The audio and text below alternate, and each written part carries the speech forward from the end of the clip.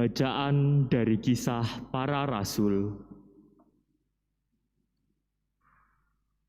Sekali peristiwa, ada beberapa orang datang dari Yudea ke Antiokhia dan mengajarkan kepada saudara-saudara di situ sebagai berikut.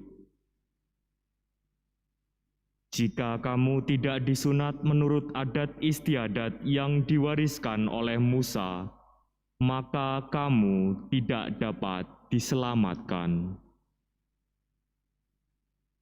Tetapi Paulus dan Barnabas dengan keras melawan dan membantah pendapat mereka itu. Akhirnya ditetapkan supaya Paulus dan Barnabas serta beberapa orang lain dari jemaat itu pergi kepada rasul-rasul dan para penatua jemaat di Yerusalem untuk membicarakan soal itu. Maka diadakan sidang di Yerusalem. Pada akhir sidang itu, rasul-rasul dan para penatua lainnya beserta seluruh jemaat mengambil keputusan untuk memilih dari antara mereka beberapa orang yang akan diutus ke Antiokhia bersama-sama dengan Paulus dan Barnabas. Yang terpilih ialah Yudas, yang disebut Barsabas, dan Silas. Keduanya adalah orang terpandang di antara saudara-saudara itu.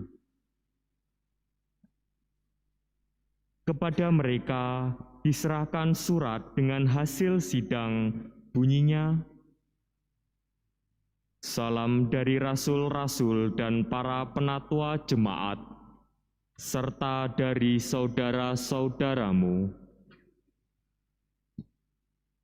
Kepada saudara-saudara di Antiokhia, Syria, dan Kilikia yang berasal dari bangsa-bangsa lain.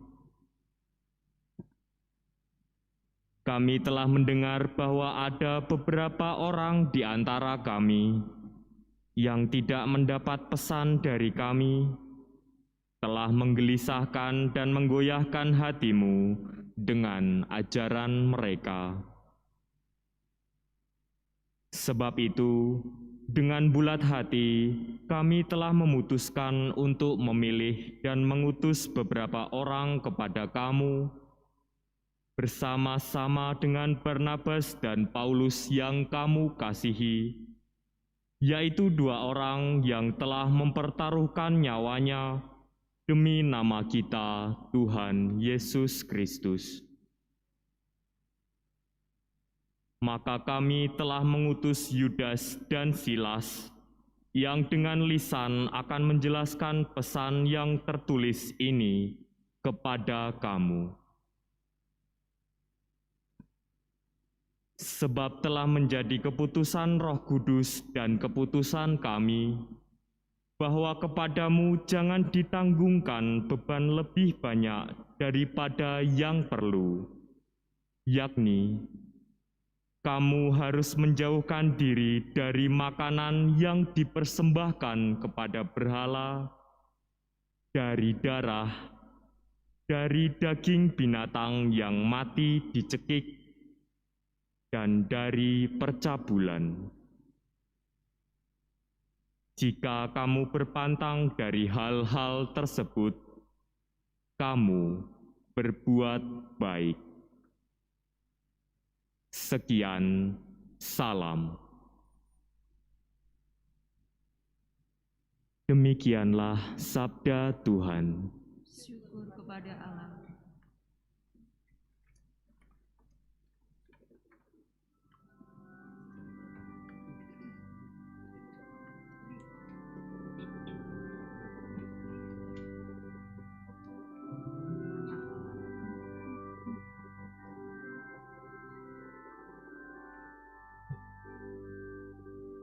Kiranya Kiranya bangsa-bangsa bersyukur kepadamu ya Allah. Kiranya bangsa-bangsa semuanya bersyukur kepadamu.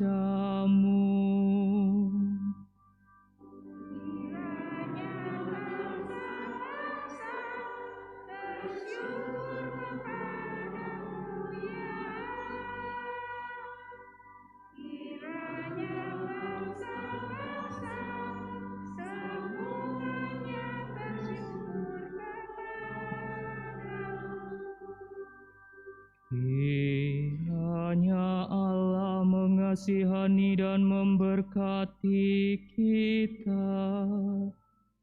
Kiranya Ia menyinari kita dengan wajah-Nya. Kiranya jalan-Mu dikenal di bumi dan keselamatan-Mu di antara segala bangsa.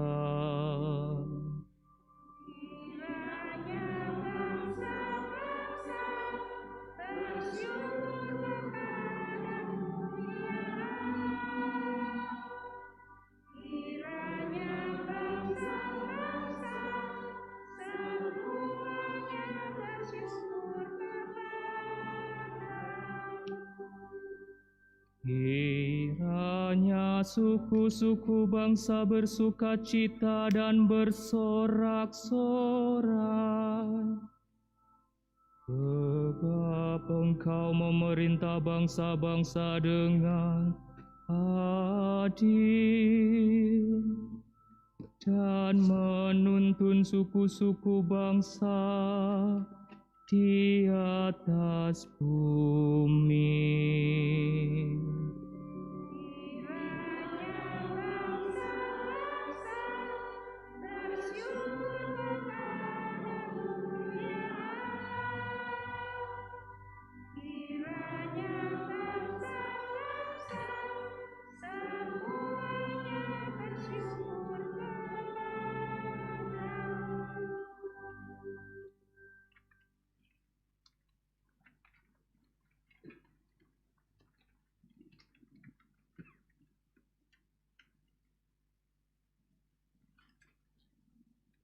Bacaan dari Kitab Wahyu.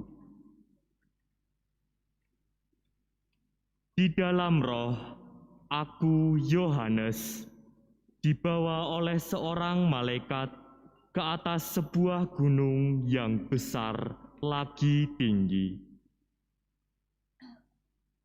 Di sana, Ia menunjukkan kepadaku kota yang kudus, yakni Yerusalem, turun dari surga, dari Allah.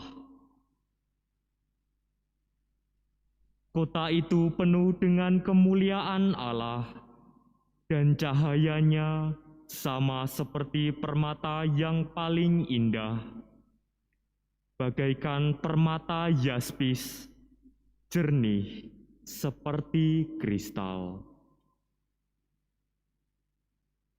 Temboknya besar lagi tinggi, pintu gerbangnya 12 buah. Di atas pintu gerbang itu ada 12 malaikat, dan di atasnya tertulis nama ke-12 suku Israel. Di sebelah timur terdapat 3 pintu gerbang, di sebelah utara 3 pintu gerbang, di sebelah selatan 3 pintu gerbang, dan di sebelah barat 3 pintu gerbang. Tembok kota itu mempunyai 12 batu dasar, dan di atasnya tertulis nama ke-12 Rasul Anak Domba. Di dalam kota itu tidak kulihat bait suci, Sebab Allah, Tuhan yang Maha Esa sendirilah bait sucinya, demikian juga anak domba itu. Kota itu tidak memerlukan matahari dan bulan untuk meneranginya, sebab kemuliaan Allah lah yang meneranginya. Dan anak domba itulah lampunya. Demikianlah sabda Tuhan. Syukur kepada Allah.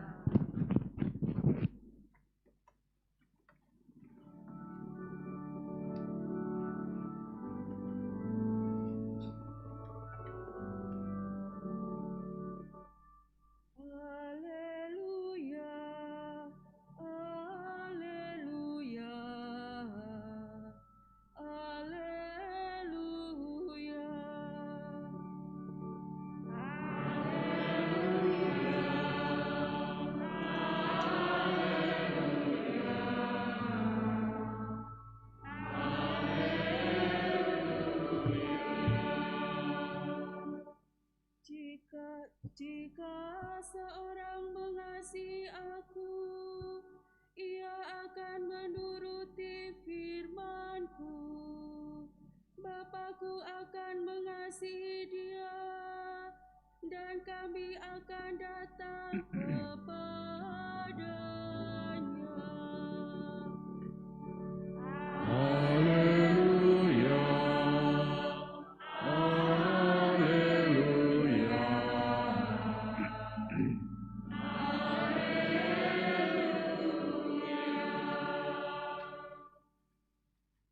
Tuhan bersamamu. Dan bersama rohmu, Inilah Injil suci menurut Santo Yohanes. dimuliakanlah Tuhan. Dalam amanat perpisahannya, Yesus berkata kepada murid-muridnya, "Jika seseorang mengasihi aku, ia akan menuruti firman-Ku.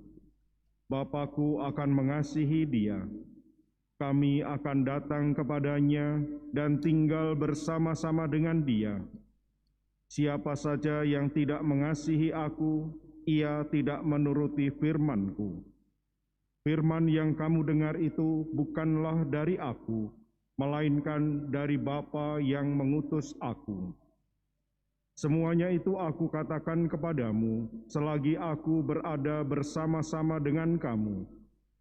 Tetapi penolong, yaitu Roh Kudus, yang akan diutus oleh Bapa dalam namaku, dialah yang akan mengajarkan segala sesuatu kepadamu dan akan mengingatkan kamu tentang semua yang telah aku katakan kepadamu. Damai aku tinggalkan bagimu, damaiku aku berikan kepadamu, dan apa yang aku berikan tidak seperti yang diberikan oleh dunia kepadamu. Janganlah gelisah dan gentar hatimu. Kamu telah mendengar bahwa aku telah berkata kepadamu, aku pergi, tetapi aku datang kembali kepadamu. Sekiranya kamu mengasihi aku, kamu tentu akan bersukacita, karena aku pergi kepada Bapa-Ku, sebab Bapa lebih besar daripada aku.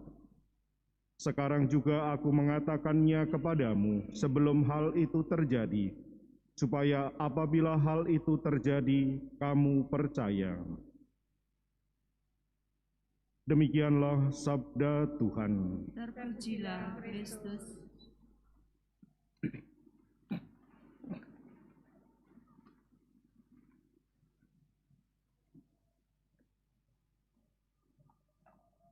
Tadi pagi dalam perjalanan ke stasi, ke Kringging, di depan saya ada mobil pickup. Mobil itu mengangkut, tipaknya mengangkut banyak sepatu dan dus-dus sepatu. Bukan itu yang menarik perhatian saya, tapi yang menarik adalah ada tulisan yang cukup besar di belakang itu, dan sangat jelas bisa dibaca dari jarak jauh. karena memang besar. Tulisannya hanya mengatakan 1 pasang 20.000, 2 pasang 35.000. Jadi rupanya memang apa yang diangkut di bak mobil itu memang adalah barang jualan, sepatu, dalam dus, dan sebagainya. Cukup murah. Kalau kemudian kita mencoba datang kepada penjualnya, bisa dibayangkan saja, datang ke penjualnya lalu untuk memastikan, dan memang benar yang dijual adalah seharga itu. 1 pasang 20.000, 2 pasang 35.000. Bisakah kita datang kepadanya dan bertanya, yang 2 pasang yang mana? Kalau setelah ditunjukkan lalu kita mengatakan, saya hanya beli 1 pasang, saya bayar 17,5. Kira-kira akan diberikan oleh penjualnya enggak? Kira-kira. Jelas-jelas tertulis di situ 1 pasang 20.000, 2 pasang 35.000.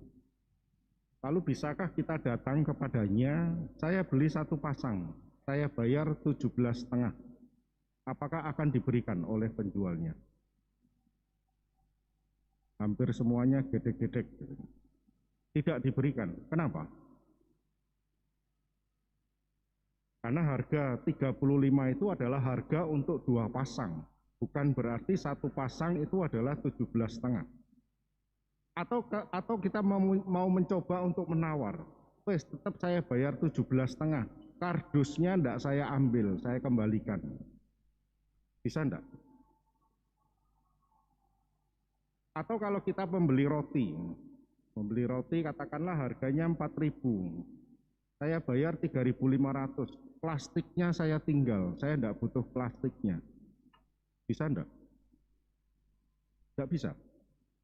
Lalu padahal kita kalau membeli sepatu, membeli sandal dengan dusnya, membeli roti dengan plastiknya, apa yang kita beli itu adalah rangkaian dari harga yang ditawarkan. Dan sudah pasti kita membeli itu hanya untuk nantinya kita buang.